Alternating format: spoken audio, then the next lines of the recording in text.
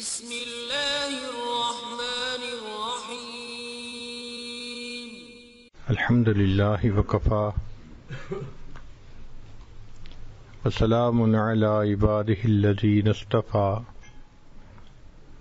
اما بعد اعوذ باللہ من الشیطان الرجیم بسم اللہ الرحمن الرحیم یا ایہا الذین آمنوا توبوا الی اللہ توبۃ نصوحا وقال اللہ تعالی فی مقام آخر ان اللہ یحب التوابین ویحب المتطہرین وقال رسول اللہ صلی اللہ علیہ وسلم التائب حبیب اللہ سبحان ربک رب العزۃ عما یصفون وسلام علی المرسلین والحمد للہ رب العالمین اللہم صل علی سیدنا محمد وعلی آل سیدنا محمد وبارک وسلم اللہم صل علی سیدنا محمد وعلی آل سیدنا محمد وبارک وسلم اللہم صل علی سیدنا محمد وعلی آل سیدنا محمد وبارک وسلم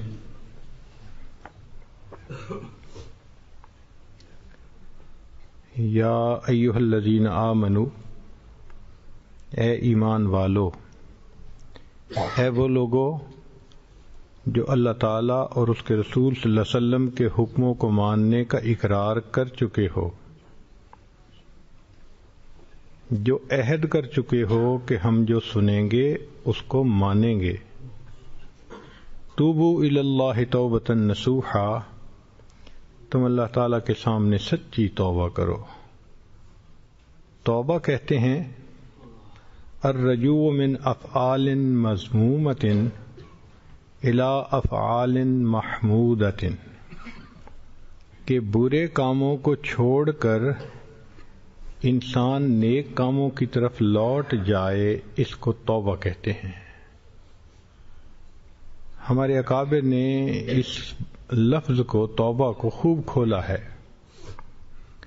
بعض نے فرمایا التوبۃ الندم علی ما فات، کہ توبہ کہتے ہیں کہ جو گزر چکا، جو نقصان ہو چکا، اس کے اوپر ندامت کا ہونا، وَإِصْلَاحُ مَا هُوَ آتٍ، اور جو آنے والا ہے اس کی اصلاح کر لینا۔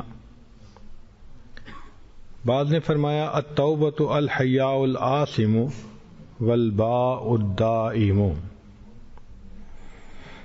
بعض نے فرمایا التوبۃ قود النفس الی الطاعۃ بختام الرغبہ، کہ نفس کو رغبت کی رسی میں باندھ کر نیکی کی طرف لوٹانا، وردها المعصیۃ بزمام الرہبہ، اور اللہ کے خوف کی نکیل ڈال کر اس کو گناہوں سے بچانا۔ بعض نے فرمایا التوبۃ خلع لباس الجفا ونشر بساط الوفا، کہ توبہ کہتے ہیں اللہ تعالیٰ کے ساتھ جفا کو ختم کر دینا اور اللہ تعالیٰ کے ساتھ وفا کو شروع کر دینا۔ ایک بزرگ فرماتے ہیں کہ توبہ یہ ہے کہ اذا ذکرت ذنبک فلم تجد لہ حلاوۃ، کہ تیری ایسی کیفیت ہو جائے ندامت کی وجہ سے کہ اگر تو گناہ کو یاد کرے تو تجھے حلاوت محسوس نہ ہو۔ کئی مرتبہ انسان توبہ تو کرتا ہے لیکن دل مزے لیتا ہے اس گناہ کے تصور کے، تو ایسی توبہ توبہ نہیں کہلاتی۔ توبہ بر لب صبح بر کف دل پر از گتف گناہ، معصیت را خندمی آیت بر استغفار ماں، میری زبان پہ توبہ ہے اور میری ہاتھ میں تسبیح ہے اور میرا دل گناہوں کی لذت سے بھرا ہوا ہے، ایسے استغفار کے اوپر تو شیطان کو بھی ہنسی آ رہی ہے، معصیت کو بھی ہنسی آ رہی ہے۔ تو توبہ کہتے ہیں کہ انسان کی کیفیت ایسی ہو جائے کہ گناہ کو یاد کرے تو لذت آنے کی بجائے ندامت کا احساس غالب آ جائے۔ بعض فرماتے ہیں التوبۃ استشعار الرجل الی الاجل، کہ جب بندے کو موت کا شعور بیدار ہو جائے، احساس ہو جائے کہ میری موت آنی ہے، مجھے اپنے عملوں کا حساب دینا ہے، تو ایسی کیفیت کو توبہ کہتے ہیں۔ ذنون مصری رحمۃ اللہ علیہ فرماتے تھے کہ توبہ کی حقیقت تو یہ ہے کہ حتی اذا ضاقت علیہم الارض بما رحبت، کہ زمین اپنی پوری فراخی کے باوجود بندے پہ تنگ ہو جائے، وظنوا، اور وہ یہ گمان کر لیں، اللہ ملجأ من اللہ الا الیہ، کہ اب اللہ کے سوا کوئی ملجا اور ماوا نہیں۔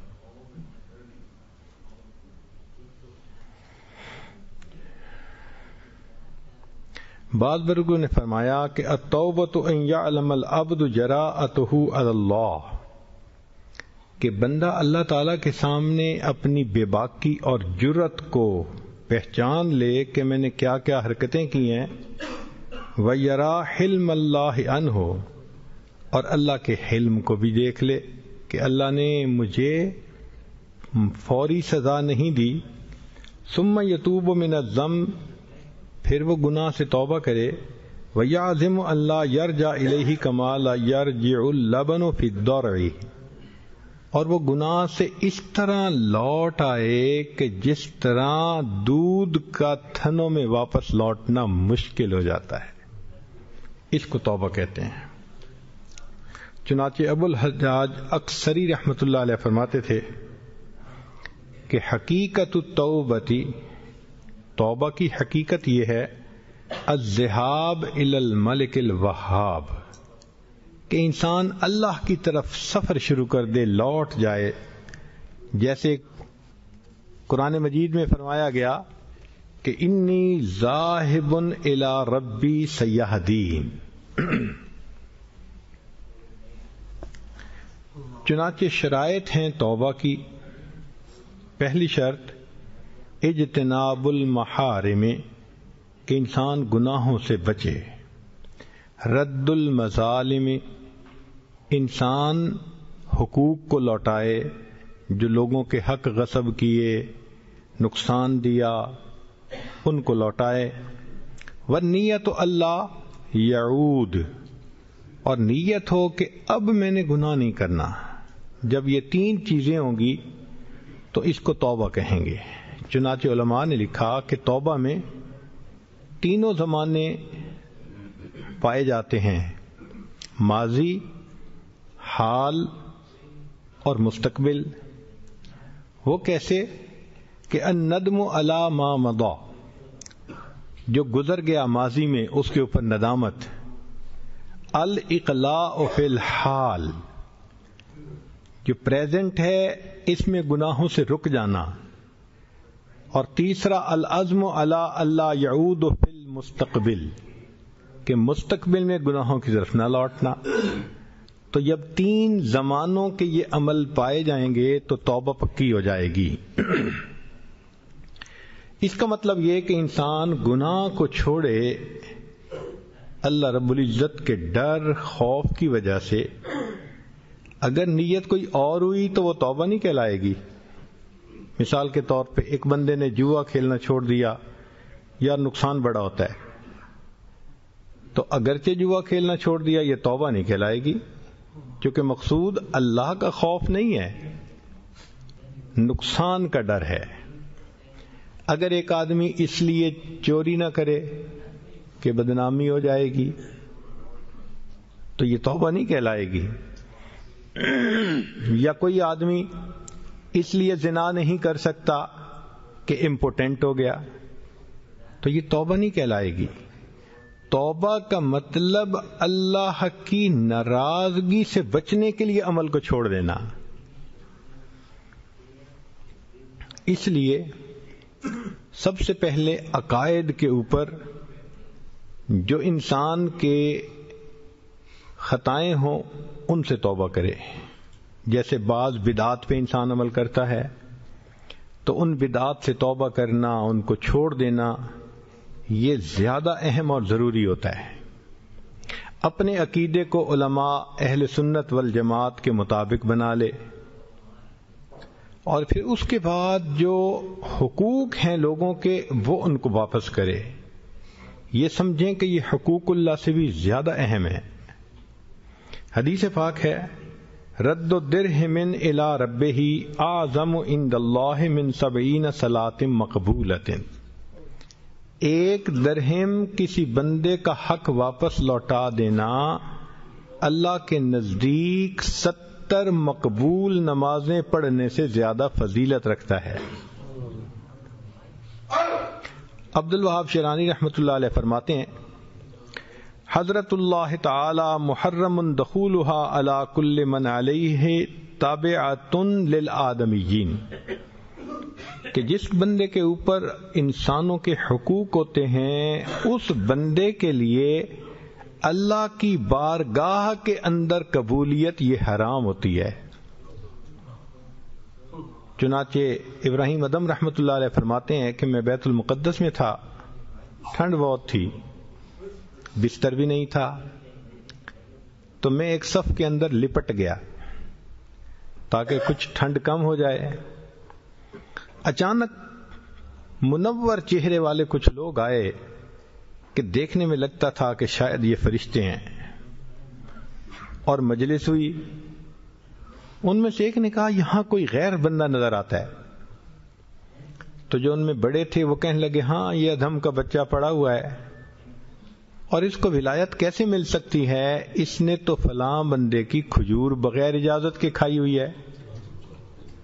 وہ کہتے ہیں کہ میں نے سوچا تو سچ بات تھی کہ ایک دکاندار سے کھجور میں نے خریدی تھی، جب لے کے چلنے لگا تو کھجور نیچے گری ہوئی میں نے پائی، تو اپنے طور پہ میں نے سوچ لیا یہ میری گری ہے، اور اس گمان سے میں نے اس کو نیچے سے اٹھا کے کھا لیا. وہ حقیقت میں میری نہیں گری تھی، وہ دکاندار کی گری تھی، اور اس وجہ سے مجھے ولایت نہیں مل رہی تھی. فرماتے ہیں کہ وہ تو چلے گئے، میں اگلے دن اس دکاندار پہ پاس گیا اور اس کو کھجور لوٹائی. اللہ رب العزت نے مجھے ابدال کا رتبہ عطا فرما دیا. ایک کھجور بغیر اجازت کے کھانے پر اگر ولایت کا درجہ رک جاتا ہے تو اگر ہم لوگوں کے مال دھوکے دے کے پارٹنر ہوتے ہیں مگر دوسرے پارٹنر کا مال کھا رہے ہوتے ہیں مفت کا مال سمجھ کے، تو اگر ہمارے اوپر حقوق ہوں گے تو ولایت نصیب نہیں ہوگی. چنانچہ کئی مرتبہ انسان دوسرے بندے کی غیبت کرتا ہے، یہ بھی حقوق العباد میں سے ہے، اور اس کو بہت زیادہ اہم سمجھیے، چونکہ حدیث میں فرمایا الغیبت اشد من الزنا، غیبت زنا سے بھی زیادہ بڑا جرم ہے. اب کئی لوگوں کی تو انسان غیبت کرتا ہے تو ان سے معافی مانگنی چاہیے، بتانا نہیں چاہیے کہ میں نے یہ غیبت کی، بس یہ کہنا چاہیے جی آپ کے حقوق میرے اوپر آتے ہیں، آپ مجھے معاف فرما دیجیے. وہ اگر معاف کر دے یا مسکرا پڑے تو معافی ہو گئی. اور اگر ایسے بندے کی غیبت کی کہ جو فوت ہو گیا تو حذیفہ رضی اللہ عنہ فرماتے ہیں کفارۃ من اغتبتہ ان تستغفر لہ، کہ جن لوگوں کی تو نے غیبت کی ہے اس کا کفارہ یہ کہ تو ان کے لیے استغفار کیا کر. تو استغفار کرنا چاہیے. ایک اچھا عمل یہ بھی ہے کہ جمعہ کے دن آپ مسجد میں جو پیسے دیتے ہیں صدقہ کے، صاف پیسے کے، اس میں نیت کر لیا کریں کہ میں 5 پاؤنڈ تو دے رہا ہوں اپنے لیے، اور یہ 5 پاؤنڈ دے رہا ہوں ان لوگوں کے لیے جن کے حقوق میں نے ضائع کیے. اور اب وہ دنیا سے چلے گئے. اگر اخلاص سے نیت ہوگی اللہ اس اجر کو پالیں گے جس طرح کہ ہم جانوروں کو پالتے ہیں، اور قیامت کے دن جتنے حق والے ہوں گے ان کو وہ اجر اتنا ملے گا کہ تقسیم ہونے سے سب راضی ہو جائیں گے.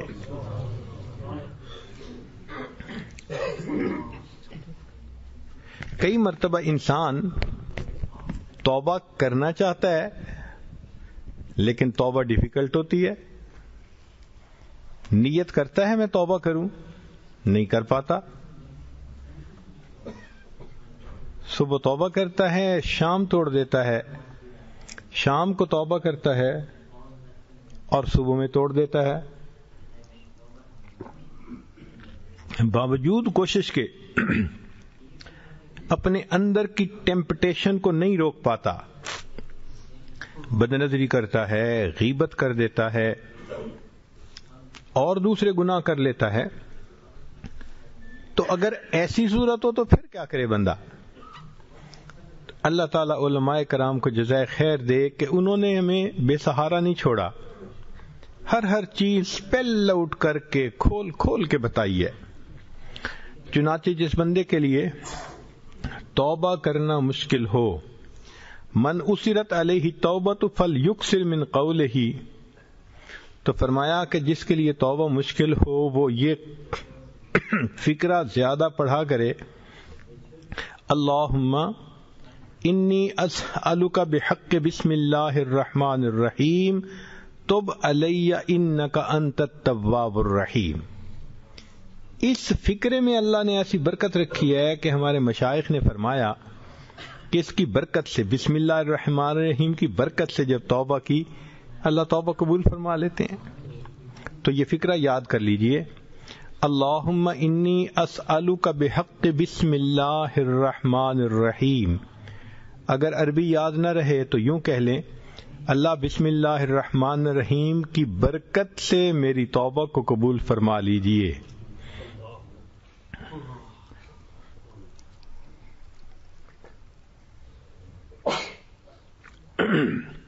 بعض بزرگوں نے کہا کہ حضرت آدم علیہ السلام نے جب توبہ کی تھی تو انہوں نے توبہ کی تھی اللہم بحرمت محمد اغفر لی فغفر لہ. انہوں نے عرش پر نبی علیہ السلام کا نام لکھا دیکھا تھا تو وہ سمجھ گئے کہ یہ اللہ کو کوئی بہت پیارے ہیں، تو انہوں نے دعا مانگی، اللہ محمد صلی اللہ علیہ وسلم کی برکت سے میری توبہ کو قبول فرما لے. اللہ نے ان کی توبہ کو قبول فرما لیا. تو بہرحال اخلاص کے ساتھ توبہ بھی کرے، یہ لفظ بھی پڑھے تو اللہ رب العزت کی طرف سے اس کے ساتھ خیر کا معاملہ ہوتا ہے. بعض اوقات صورتحال ایسی ہوتی ہے کہ بندہ مسلط ہوتا ہے کسی کے اوپر، پیچھے پڑ جاتا ہے، حاسد ہوتا ہے، دشمن ہوتا ہے، جان نہیں چھوڑتا، بندے کا جینا مشکل بنا دیتا ہے.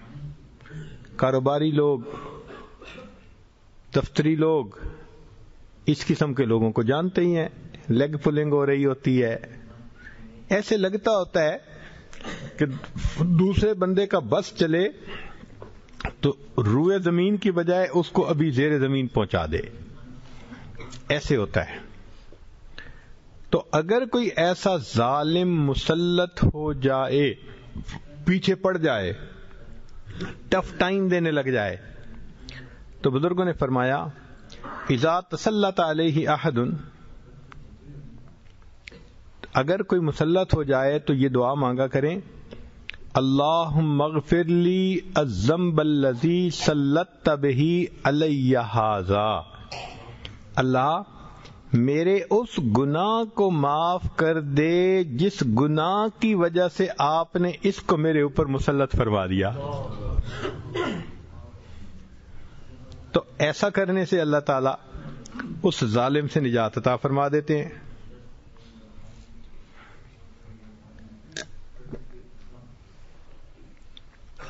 ایک روایت میں آتا ہے ان موسیٰ علیہ السلام سألہ بنو اسرائیل ان یستسقی لہم، موسیٰ علیہ السلام کو بنی اسرائیل نے کہا حضرت پانی نہیں ہے، ہمیں پینے کو پانی چاہیے، جینے کو پانی چاہیے، تو ہمیں پانی کی ضرورت ہے۔ فقال، موسیٰ علیہ السلام نے یہ سن کے دعا کی، یا ربنا اغفر لنا۔ قوم بڑی حیران، عجیب بات ہے کہ ہم نے بات کی کہ پانی نہیں، اور موسیٰ علیہ السلام دعا مانگ رہے ہیں ربنا اغفر لنا، ربنا اغفر لنا۔ قالو، قوم پوچھنے لگی سألناک ان تستقی لنا فطلبت المغفرہ، ہم نے آپ سے عرض کیا کہ پینے کو پانی نہیں، اور آپ نے اللہ سے مغفرت مانگنی شروع کر دی۔ فأوحى اللہ الی موسیٰ علیہ السلام، اللہ تعالیٰ نے موسیٰ علیہ السلام کی طرف وحی نازل فرمائی، قل لہم، اے میرے پیارے موسیٰ علیہ السلام ان کو بتا دیجئے، اذا غفرت لعبادی، جب میں بندے کی مغفرت کر دیتا ہوں، اصلحت لہم دینہم و دنیاہم، میں اس کے دین اور دنیا کی اصلاح فرما دیتا ہوں۔ نکتے کی بات ہے، ہم پتہ نہیں کن مصیبتوں کے پیچھے بھاگے پھر رہے ہوتے ہیں، یہ ٹھیک نہیں ہوتا، وہ ٹھیک نہیں ہوتا، ہم جڑ کو تو پکڑے نا، تو اصل جڑ تو ہمارے گناہ ہیں جن کی وجہ سے وہ مصیبتیں آئی ہوئی ہوتی ہیں۔ تو اس لیے موسیٰ علیہ السلام نے اللہ رب العزت سے مغفرت مانگی اور اللہ رب العزت نے مغفرت عطا فرما دی۔ چنانچہ توبہ کی کئی قسمیں ہیں، قسمین، دو قسمیں علماء نے لکھی ہیں۔ ایک ہے توبۃ من اللہ علی العبد، توبہ کا مطلب ہوتا ہے رجوع کرنا، کہ اللہ کی طرف سے بندے پر عنایت ہو، اور توبۃ من العبد الی اللہ، ایک ہے کہ بندے کی طرف اللہ کی طرف عنایت ہو، قریب ہو۔ فرماتے ہیں کہ اللہ رب العزت جب بندے کی طرف متوجہ ہوتے ہیں تب صحیح توبہ بندے کو نصیب ہوتی ہے۔ ثم تاب علیہم لیتوبوا، قرآن پاک کی آیت ہے، پھر اللہ ان کی طرف متوجہ ہوا کہ وہ توبہ کر لے۔ تو ہماری توبہ تب تک کامل توبہ نہیں ہو سکتی جب تک اللہ کی ہم پر رحمت نہ ہو جائے۔ ہم گناہوں سے نہیں بچ سکتے، ہم تب بچیں گے جب اللہ کی رحمت کی نظر ہوگی۔ اس لیے فرمایا العنایت قبل الولایہ، ولایت سے پہلے اللہ کی عنایت ہوتی ہے، اور اللواحق مبنیۃ علی السوابق، لواحق سوابق کے اوپر مبنی ہوا کرتے ہیں۔ یہ پہلے کا معاملہ ہوتا ہے، جب تک اللہ نہ چاہے ہم نہیں بچ سکتے۔ قرآن مجید میں اللہ تعالیٰ فرماتے ہیں یؤفک عنہ من افک، طلباء کے لیے نکتہ، یؤفک عنہ من افک، وہی گناہ سے پھرتا ہے جس کو پھرا دیا جاتا ہے۔ اس کا مطلب یہ ہوا کہ ہمیں تو بس اللہ کی طرف رجوع کرنا ہے اور اس سے مدد مانگنی ہے۔ جب اس کی مدد اترے گی اللہ رب العزت ہمارے لیے پھر گناہ سے بچنا آسان فرما دیں گے۔ چنانچہ توبہ میں الندم علی الذنب بالاقلاع، گناہوں سے توبہ کرنا، اس میں ندامت ہو۔ ترک العود فیہ مع کثرت استغفار، انسان گناہ کی طرف نہ لوٹے اور کثرت سے استغفار بھی کرے۔ والخروج من سائر الجہل بتعلم ما لا بد منہ من الواجبات، پھر انسان دین کا علم حاصل کرے تاکہ جہالت سے نکلے۔ رد المظالم، حقوق واپس کرے۔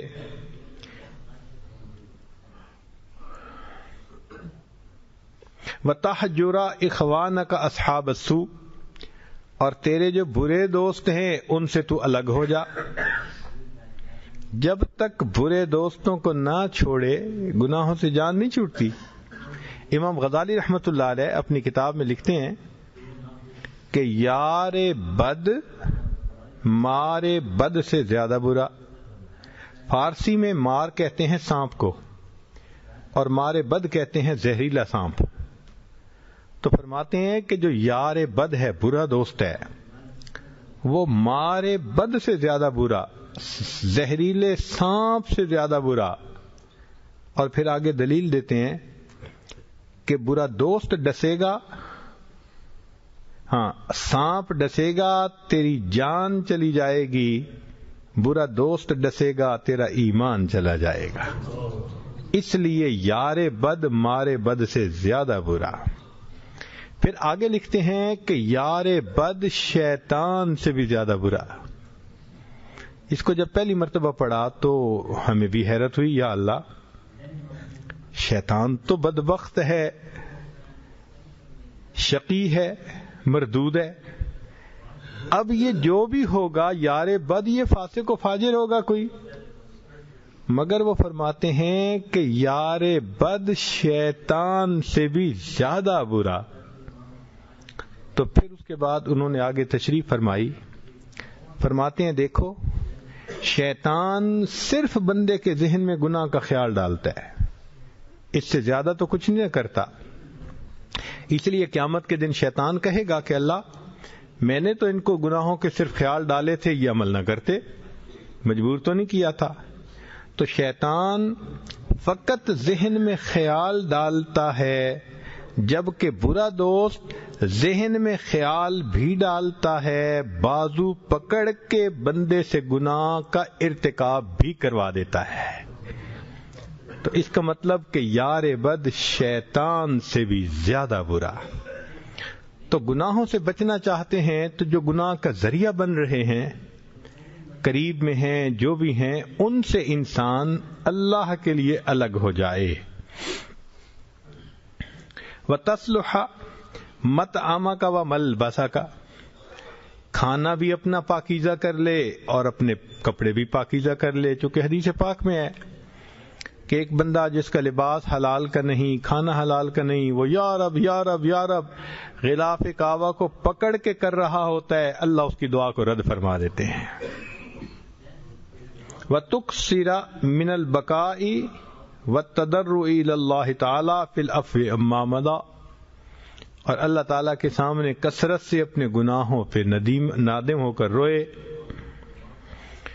کہ اللہ رب العزت، جو مجھ سے خطا ہو گئی، آپ اپنی رحمت سے اسے معاف فرما دیجئے. اب اس توبہ کے باب میں کچھ خطائیں ہوتی ہیں، کچھ ہم سے کوتاہیاں ہو جاتی ہیں. پہلی بات کہ توبہ میں ہم کیا خطائیں کرتے ہیں، یہ سیکھنے والی باتیں ہیں کہ توبہ میں ہم کیا خطا کرتے ہیں. پہلی بات، تعجیل التوبہ، توبہ میں دیر کرنا. چنانچہ انسان سوچ تو لیتا ہے کہ میں نے توبہ کرنی ہے، فوری نہیں کرتا، ٹائم لگا دیتا ہے، اور جی میں آہستہ آہستہ توبہ کروں گا، میں آہستہ آہستہ توبہ کروں گا. یہ ٹائم لگا رہا ہے نا، یہ ٹائم کا لگانا مستقل الگ گناہ ہے. چنانچہ ابن قیم رحمۃ اللہ علیہ فرماتے ہیں، المبادرۃ الی التوبۃ من الذنب فرض علی الفور، کہ جب احساس ہو گناہ سے توبہ کرنا فوراً ضروری ہوتا ہے. فمن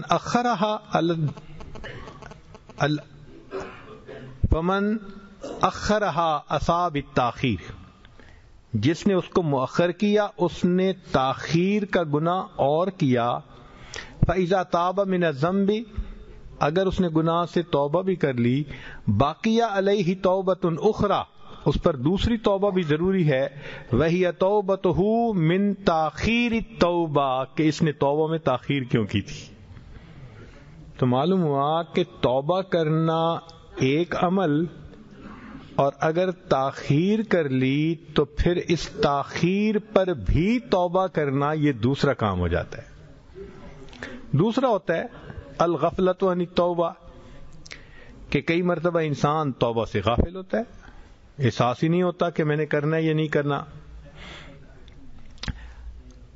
کیسے؟ توبہ سے غافل ہونا. ہم کئی مرتبہ ایسے گناہ کر بیٹھتے ہیں جن کو ہم گناہ ہی نہیں سمجھتے، بغیر ارادے کے گناہ ہو جاتے ہیں. کوئی بات کر دی، کوئی عمل کر دیا.